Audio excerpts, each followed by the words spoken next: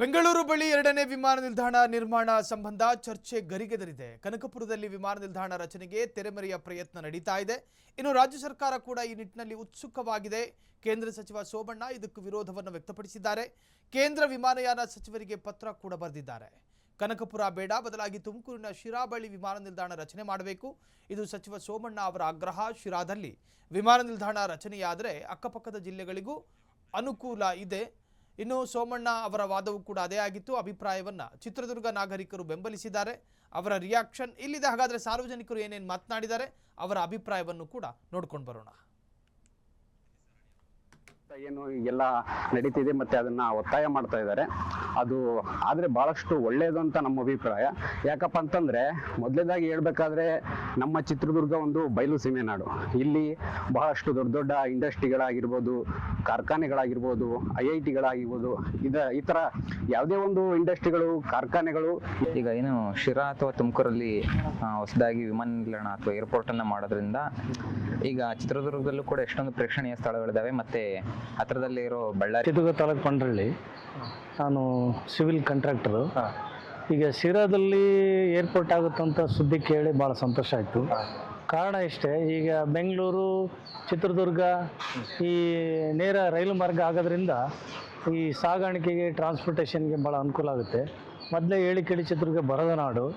ಆಮೇಲೆ ಚಿತ್ರದುರ್ಗದಲ್ಲಿ 7 ಸುತ್ತನೇ ಕೋಟಿ ಇರೋದ್ರಿಂದ ಒಳ್ಳೆ ಟೂರಿಸಂ ಪ್ಲೇಸ್ ಇದೆ, ಸಾಕಷ್ಟು ಪ್ರವಾಸಿ ಕೇಂದ್ರಗಳಿದ್ದಾವೆ. ಆಮೇಲೆ ನಿರುದ್ಯೋಗಿ ಯುವಕರಿಗೆ ಉದ್ಯೋಗ ಸಿಗೋಷ್ಟು ಅವಕಾಶಗಳು ವಿಫಲ ಆಗ್ತವೆ. ತುಮಕೂರು ಜಿಲ್ಲೆಯ ಶಿರಾ ಭಾಗದಲ್ಲಿ ಏರ್ಪೋರ್ಟ್ ಆಗ್ತಕ್ಕಂಥದ್ದು ನಮಗೆ ಚಿತ್ರದುರ್ಗ ಜಿಲ್ಲೆಗೆ ಒಂದು ಸ್ವಾಗತಾರ್ಹ. ಯಾಕೆಂತಂದರೆ ಇವತ್ತು ಶಿರಾ ಇಂದ ಚಿತ್ರದುರ್ಗ ಬರೀ 50ರಿಂದ 60 ಕಿಲೋಮೀಟರ್ ಇದೆ.